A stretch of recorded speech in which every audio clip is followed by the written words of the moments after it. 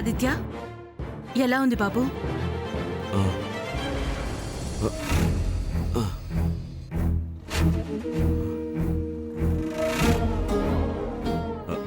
ధరణి ఎక్కడ పిన్ని? డాక్టర్ గారితో మాట్లాడడానికి వెళ్ళింది. అదిగో వచ్చేసింది. ధరణి, నేను ఎందుకు ఇలా పడిపోయానన్నారు? పెయిన్ కిల్లర్స్, యాంటీబయాటిక్స్ ఎక్కువగా వాడడం వల్ల, దానికి తగ్గ ఫుడ్ లేకపోవడం వల్ల నీరసం వచ్చి అలా అయిందన్నారు. మరి లైట్గా బ్లడ్ కూడా వచ్చింది కదా? తుమ్మడం వల్ల ముక్కు బెదిరిందంట, అంతే. ఇలా అవుతుందని వాళ్ళకి తెలీదా? అంత హెవీ డోస్ ఎందుకు ఇవ్వాలి? త్వరగా తగ్గడానికి ఇచ్చుంటారు. బుద్ధి లేకపోతే సరి, ఏమన్నా అయితే? ఒక్కొక్కరి ఆరోగ్యం ఒక్కోలా ఉంటుంది. ఇలా అవుతుందని అనుకోని ఉండరు కదా. అవును, వాళ్ళకి ముందే తెలిస్తే ఎందుకు ఇస్తారు? దీన్నే విధి విచిత్రం అంటారు. నేను నిన్ను హాస్పిటల్ తీసుకురావాలనుకున్నాను. నేనే హాస్పిటల్కి వచ్చి పడ్డాను. పడ్డాక హాస్పిటల్కి వచ్చారు. ఎలా అయితేనే నేను హాస్పిటల్కి రావటం జరిగింది. మొన్న ఇలాగే బెడ్ మీద పడుకున్నాను. మళ్ళీ ఇలాగే కంటిన్యూ అవుతుందేమో.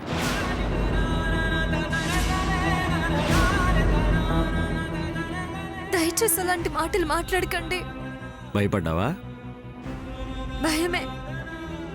మీరు నాకు మాట ఇవ్వాలండి. ఏ మాట? ఇంకెప్పుడు నన్ను హాస్పిటల్కి వెళ్దామనకండి. ఏంటి సెంటిమెంట్గా ఫీల్ అవుతున్నావా? అవును, సెంటిమెంట్ గానే ఫీల్ అవుతున్నాను. నీకు చెకప్ చేయించకపోతే ఎలాగా? నేనే వచ్చి చేయించుకుంటాను. ఆదిత్య తన వారసుడి ఎదుగుదల, ఆరోగ్యం గురించి తెలుసుకోవాలి కదమ్మా. నేనే చెప్తాను కదా. స్వయంగా ఆదిత్య తెలుసుకుంటే ఆ తృప్తే వేరు. నేను అబద్ధాలు చెప్పను, వారు నన్ను నమ్ముతారు. ఏమంటారండి? అలాగే, సరే ముందెక్కడి నుంచి వెళ్దాం పదండి.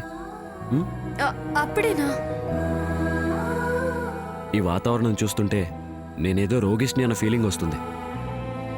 ఆ ఫీలింగ్ ఎక్కువైతే నేను ఎక్కువ కాలం బతకనేమో అన్న బాధ కలుగుతుంది.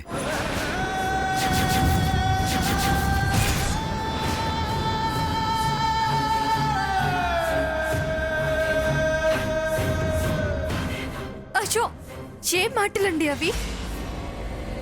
పొరపాటును కూడా అలా మాట్లాడకండి, నేను తట్టుకోలేను. ఏంటి మళ్ళీ సెంటిమెంటా? నేను చూడలేను ధరణి. అలాంటప్పుడు ఈ మాటలేంటి? నాకు అసలే భయం ఎక్కువ. వదిన ఎందుకు ఇంతలా భయపడుతుంది? డాక్టర్ కాళ్ల మీద పడింది. అన్నయ్య ఆరోగ్యానికి, తన భయానికి కారణం ఏంటి? ప్రతిదానికి ఇలా భయపడితే ఎలా ధరణి? నేనంతే. ఏ విషయంలో అయినా ధైర్యంగా ఉండగలను, కానీ మీ విషయంలో, మీ ఆరోగ్య విషయంలో మాత్రం నేను ధైర్యంగా ఉండలేకపోతున్నాను. మీకు తలనొప్పన్నా నేను తట్టుకోలేను. మీకే మాత్రం నలతగా ఉన్నా నా ప్రాణం విలవిల్లాడుతుంది. ఎప్పుడు ఇలాంటి మాటలు మాట్లాడొద్దు. ఎందుకు ఇంత చిన్న విషయానికి కూడా కంగారు పడిపోతున్నావు? అమ్మా, అలాంటి వాళ్ళది నిజమైన ప్రేమ కాదు, అది వ్యామోహం. ఎగ్జాక్ట్లీ చిన్నత్త. నిజంగా ప్రేమించుకున్న వాళ్ళు అలా చేయరు.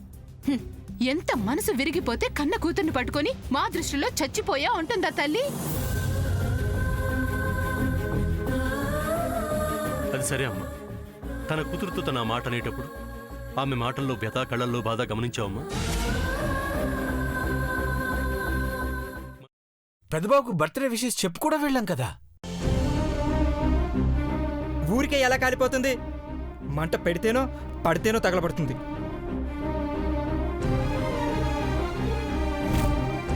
కరెక్ట్ చిన్నబాబు, నీకొచ్చినట్టే నాకు డౌట్ వచ్చింది.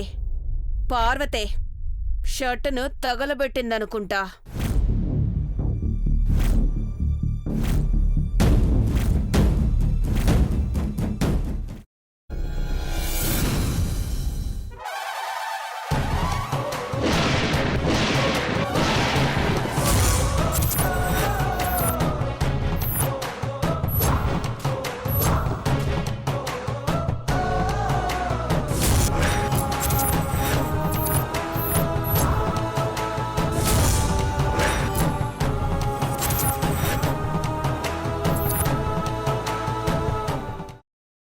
తర్వాత పొట్టు తీసేసి చాప్ చేసి పక్కన పెట్టుకోవాలి.